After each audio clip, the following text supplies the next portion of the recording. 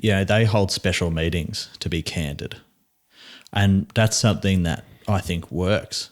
I know my brother was telling me on the ship he was recently on, he's in the Navy. I think I've talked about him before on the podcast. The recent ship he was on, his captain held a meeting every Tuesday where everyone would sit, all the officers would sit down and tell each other what pissed each other off about things. It was just this 1 hour meeting where you could say whatever you wanted. And it wasn't that you couldn't say whatever you wanted outside of that, but the captain made space for strong opinions, honesty, non-emotional kind of, this is how we get better, sort of, if you're not doing this well, et cetera, et cetera. And it went always, and that's hard in the military. Particularly the hierarchical nature of it. I'm genuinely surprised that kind of actually went on.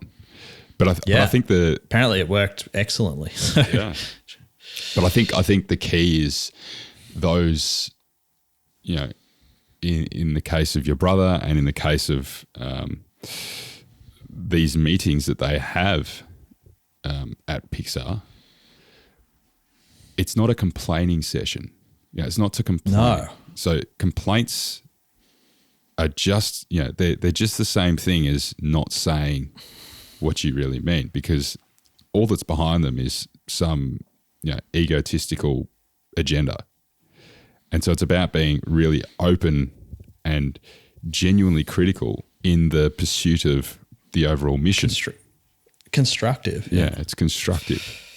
So they call these meetings the Brains Trust, and they have them that review all the movies as they're going along.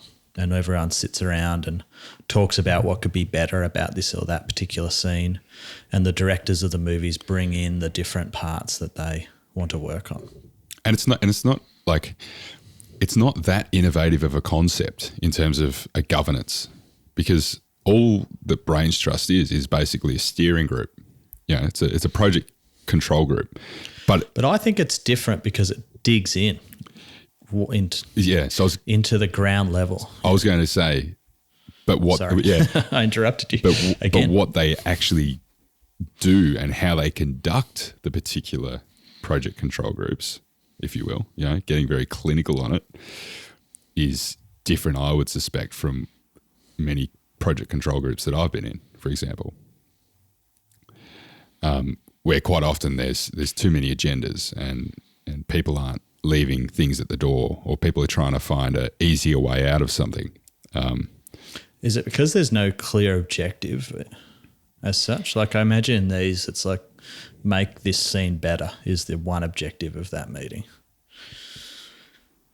But some of the governance stuff that I've been involved in is kind of very high level, You're kind of looking at the overall picture.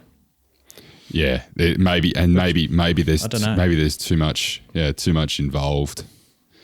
You're looking at too broad a brush of the entire thing, and so, which is quite interesting, because what actually tends to happen in those type of meetings is, because you're, say, presenting the entire status of the whole project at one point in time, people get caught up in an issue. For example, you had an issue for the last period of time, and people become so consumed by that one issue, but across the entire space of the project, it's meaningless, and it's going to result in meaningless things, rather than focusing on how we can maybe improve or construct or do something better. And I see that as people just wanting to exert some authority and people wanting to push some sort of agenda quite often. And I think that's maybe where it falls down. Whereas in the case of the Brains Trust, the whole idea is to leave all that,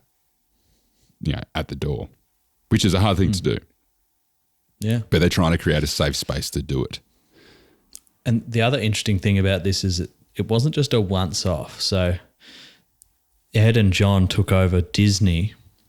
When Disney bought Pixar, they actually Disney said, we want to replicate Pixar's, we'll keep you as a separate company. We want to replicate Pixar's culture within the Disney animation studio. And they went over there and basically used these same principles and fixed Disney, and they've made lots of hits from that point on because they've kind of used these ideas and this structure. It's really the thing that really strikes me about this book is it's super interesting how they were able to create a structure for creativity.